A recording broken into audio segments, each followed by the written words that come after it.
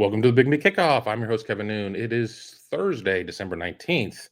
We are just a couple days away from Ohio State's big game against Tennessee, first round of the college football playoffs, a day away from the start of the college football playoffs, Indiana and Notre Dame in snowy South Bend. Looking forward to all of it. If you've been watching college bowl games, I can say that I have watched all of them, I think, unless there's been an overlap. I think I've watched all of them, starting with the Celebration Bowl all the way through where we stand right now. I think tonight is the New Orleans Bowl, but I'll have to go and check. It's one today, and then Friday there are the three games starting at noon. Ohio and Jacksonville State, the former school of former Michigan, former West Virginia, current West Virginia head coach Rich Rodriguez. I want to ask everybody to be sure to subscribe to the channel, hit the bell, hit the thumbs up. All of that helps us with our distribution as well. If you're listening on your favorite podcasting platform, write us a 5-star review. That helps us as well. Last couple of days, I've said, I think I'm going to just go 10, 15 minutes on the show, and we've gone 30 plus. This one, I'm pretty sure we're going to go closer to 15. Going to load up and do a live show on Friday at 3 p.m. Eastern, I believe is the time that I set for that, 3 p.m. Eastern. But that's why you hit the bell. If the notification system decides to work, you'll be notified that we're doing the show. But you've been told 3 p.m. Friday, I will be doing a live Big Me Kickoff. We will be getting prepared for the game, making our final calls, maybe even making calls in the other two CFP first round games, and just getting ready for what's going to be a cold weekend in Columbus and hopefully a colder weekend for the Vols. This show is going to be about my By the Numbers feature that I wrote. And I don't write these often because on a weekly basis during the season, how many fun numbers are you going to come up with against a team that Ohio State plays every season or every other season or once every 3 seasons? It would get old. It would get played out. I would have to really just build off of the same numbers over and over and over again. And I don't want to do that. But Ohio State has played Tennessee a grand total of 1 time. Ohio State rarely plays against the SEC. I mean, even in bowl season now, it's not a ton. So there were a lot of interesting numbers that, as I was doing my research for my other pieces, Tail of the Tape, a piece that I hope everybody's familiar with, member exclusive to Buckeye Huddle, what the offense must do to win, what the defense must do to win. I had some numbers that didn't exactly fit in any of the pieces for one reason or another. Maybe I didn't see it when I wrote the piece. I just didn't want to go back and add to it. And for the sake of full disclosure, I did go back in and dig up a couple more numbers just to round the piece out a little bit. Doing this with 3 numbers isn't really going to be all that exciting. So I want to talk about a couple of these. It is a free piece over at BuckeyeHuddle.com. So why don't you check it out so you can see everything that I put in this feature. As I've said previously this week, I'm not going to just go back and read the piece to you. That doesn't do anybody any good. There's no fun with that. That's just boring.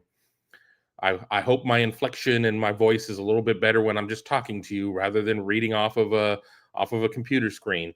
But a lot of numbers, as you take these into consideration with how you should feel about the upcoming game. And I'm not here to tell you how to feel about it. You're going to feel how you're going to feel about it. A lot of people are still very hurt from the last time Ohio State was on the field. And I get it. And I'm not here to tell you to snap out of it and slap you across the face like Cher in Moonstruck. You're going to get to your destination on your own timeline. And I understand it, but I have seen a lot of fans, a lot of people with Buckeyes and Ohio State and things like that in their Twitter bios who are still despondent about the game or the wounds have scabbed over and they're still angry about things and think that Ohio State has no business being in the playoffs, no opportunity to win the game, et cetera, et cetera, et cetera. This is a feel-good episode. We're not going to get into a lot of that type of stuff. I've seen plenty of it on Twitter, still seeing it on Twitter. That's why I'm on this show with you right now and not on Twitter. So nobody commit while I'm doing this show. But let's just kind of get to the numbers and we'll see where they'll take us. And again, I'm going to read you like 3 of them, or not read them, but I'm going to go over like 3 of the numbers. I think I had 7. 1, 2, 3, 4, 5, 6, 7, 8 bonus. But I'm only going to do 3. So that gives you a chance to go through and see some other stuff there. Some of these, I like a lot. Some of them are just okay. 6, the number 6. What is the significance of the number 6? I will read the first line just so I can kind of jog my own memory. Out of the 12 bowl games over the past 10 seasons, and remember, there have been some times of where Ohio State has played multiple. I mean, you played multiple in 14. Ohio State has scored first in 6 of the 12 games. That is 4 touchdowns and 2 field goals. But that doesn't always mean that Ohio State is going to win those games. Ohio State scored first against Georgia in 2022 and really controlled the game until it didn't. But so much is put on starting out fast, being able to apply pressure to your opponent, and I guess most importantly, not falling into an early hole. For Ohio State's inability to score first this season, especially here in the second half of the season, it's not like Ohio State has been going down 14-0. Ohio State did go down 10-0 to Penn State and came back to win that. Ohio State did go up 3-0 against Michigan. Really only scored 7 more points beyond that. But I think this is a game that it's going to be important for Ohio State to set the tone. Tennessee is capable of big plays, but Ohio State leads the nation in allowing the fewest explosive plays of 30 yards or more. And I believe the number's 2. And Tennessee is like second with like 3. I might need to check those numbers again, but I was talking with Tom Moore, who always has a lot of great numbers as well, and he had mentioned those to me in passing. I'm like, I need to copy those because I think I'm going to want to talk about that at some point. I think Ohio State's offense and being at home is built better for being a station-to-station type of offense, playing National League Baseball, small ball, hit a single, bunt them to second, sacrifice fly to third, sacrifice fly home. I mean, nothing. You don't even necessarily have to hit a ball out of the infield to get a run. Now you're going to say, well, Tennessee has a great running game with Dylan Sampson. Couldn't they be able to pick up 5, 6, 7, 8 yards a carry and march down the field? Maybe on the first drive, but show me evidence this season of where teams have been able to do that outside of at least the first quarter. Nobody has been able to do that. And really the first drive has been the most maddening drive because that's where Ohio State is kind of recalibrating things and kind of adjusting to what the opponent does. Tennessee doesn't have a lot of gadget. I mean, their biggest gadget is just really wide splits. They make you play sideline to sideline. I mean, there's a lot of green turf. It's not grass, it's turf. A lot of green turf out there to cover. So that might be their biggest gadget. But they're not going to come out and do a lot of double passes, a lot of crazy things like that. That's just not what they are. And they got to 10-2 by being that. So I don't know if there's necessarily going to be a case of Ohio State is going to come out and just be like, oh my God, we don't know what the hell it is they're doing. We don't understand what they're doing out there. And they march down the field. And even if they do, and I know that I've said in previous shows, I think this is going to be a very low scoring game. It's not going to be the end of the world. Teams have gotten Ohio State first and then have not been able to score again, or at least until garbage time. And I'm not saying that's going to be the case. I've already turned in my prediction to the website. That'll be posted at some point on Friday. On the 3:00 show, if it's not been posted, I will release my prediction at that point. But if Ohio State is able to put a 7 up, and that's not saying that Ohio State's going to get the ball first. You just, you don't know. I think Ohio State has won more coin tosses than it's lost this year. I mean, by one, I mean times where the opponent picks and loses. And obviously, Ohio State would defer. But Ohio State really needs to make sure that it scores on the first drive, whether or not it's getting the ball first or getting the ball second. But over 12 years, which goes over a couple of coaches, 6-6, 6-6 over 10 years on getting the ball or on scoring on the first drive or not. So that's what the number 6 is all about. What about the number 2? What is the number 2 all about? That's the margin of turnovers lost between these two teams. We talk a lot about Will Howard and the interception bug. We've seen the interception bug. He threw 2 picks against Michigan. You would think that Ohio State trails Tennessee by a large number of turnovers lost. Well, the number is 2 in the other direction. Ohio State has turned it over, lost turnovers. I mean, you can fumble it and recover your own fumble, and that's not a turnover loss. It's a turnover, but it's not lost. 13 times. Tennessee has turned it over 15 times. Now, with the ball being cold or the being cold and everything else out there, I'm not going to get into atrophy with the muscles and everything else, but it's going to be a challenge to do a lot of things out there. I really think. But Ohio State, from my lips to God's ears, doesn't fumble. It has not fumbled this year. Its backs have been very secure with the ball. We've not seen a lot of cases of receivers getting snuck up on from behind and getting, peanut punched. I mean, none of that has happened there. Tennessee is maybe a little more prone to the fumble than Ohio State, because with Ohio State having its fumbles or its interceptions, it's left just five fumbles. Tennessee has more fumbles than interceptions. Nico's been pretty solid. I think he's thrown 5 picks this year, which means that Ohio State absolutely needs to be in there ripping and clawing at the ball. We've seen, to Ohio State's detriment, what an ill-timed fumble or interception means. Michigan scored 10 points off of 5 yards of total offense, a 3-yard drive and a 2-yard drive. If Ohio State can force a turnover or two, that, especially in what would end up being Ohio State plus territory, that would go a long way of allaying the fears of Ohio State fans and maybe taking days, weeks, months, and years off the lives of Ohio State fans who are going to be riding on every single play. So 2 is important there. Now, of course, the situation is that you want to be up in the, in the turnover margin. Okay, you force 2, but you give up 4 and you're -2. I mean, obviously that's problematic, and then that would even up the numbers. But if Ohio State is able to be secure with the ball, if Will Howard comes out and plays a clean game, I like Ohio State's chances.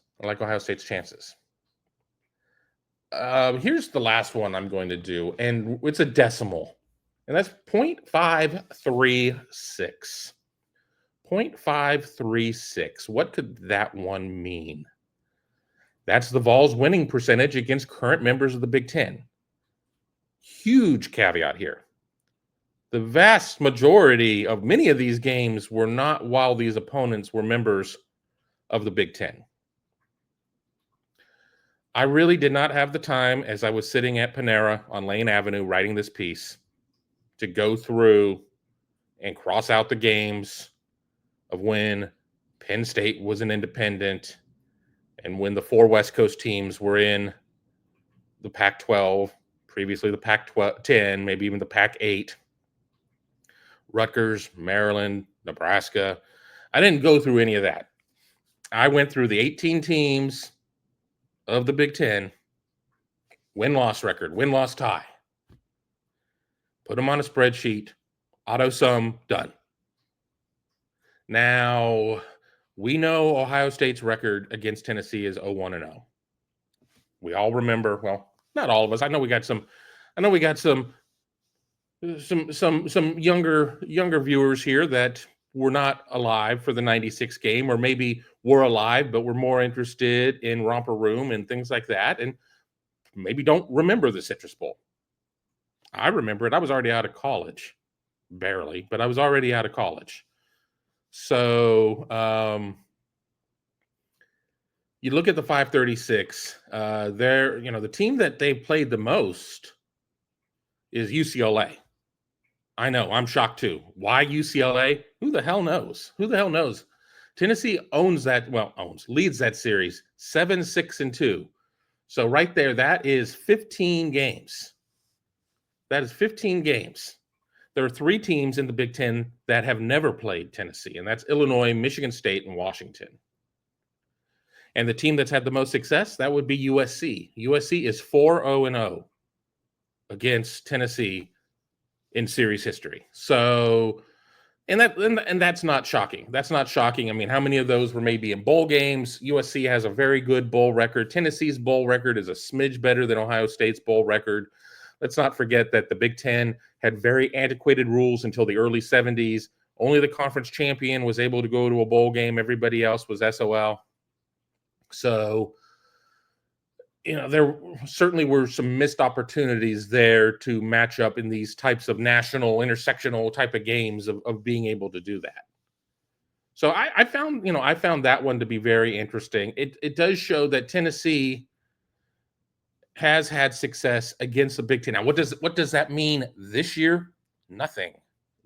But what does the turnover margin necessarily mean about this game? Nothing. Every game is a game of itself. So what are you going to do there? What does Ohio State scoring first in 6 of the 12 games over 10 years mean? Nothing. Every game means, is just of itself. But we all are looking for trends. We're all looking for little things there. I mean, as for, if you asked me to take a bet on Ohio State scoring on its first drive, I probably would say no. I would probably say no. I also am a horrible bettor. I'd been on a little bit of a hot streak recently, and let's before any rumors start or anything else, I bet about $10 a week on football, period, and NASCAR. I'll bet NASCAR, and that's it. So you're not going to have to see me at a Gamblers Anonymous meeting or anything like that. But I think there's going to be some nerves. I think Ohio State is going to have to try and feel Tennessee out a little bit. I think Tennessee will have a couple things dialed up that Ohio State will have to adjust to. No, I could be wrong.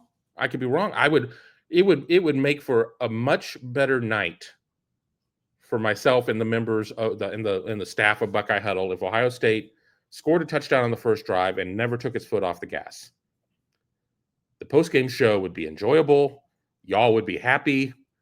And I would get to go to LA. I'd get to go home for a couple days at the end of the month. But, we'll see.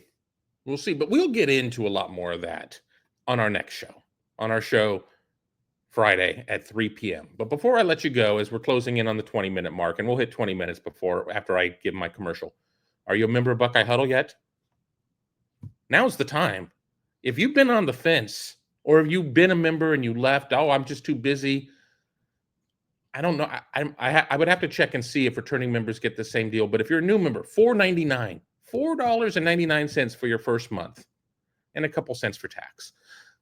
What a deal to get all of the great content from Tom, Tony, myself, recruiting with Mark, Ross, and everybody on the analytics side, breaking down what you've seen in this game, potentially. Excuse me. Potentially other games down the stretch. I mean, with Ohio State hoping to play 3 more games beyond this one for $4.99. It's going to get you all the way up to, are you ready for this? The day before the national championship game. I think at that point, it would be an easy decision to stick with us for at least one more month. And even after the season, we're not done with all the recruiting coverage, spring football, basketball, Southern swing, everything else. Full access to be able to talk to Tom, Tony, Mark, myself all the time on the message board, on the Huddle message board, the most chill message board out there in Buckeye Nation. All of that, $4.99. Do it. Just do it. You won't be sorry. But until the next time, until tomorrow, less than 24 hours from now, stay warm, have a great day, and we'll talk to you soon.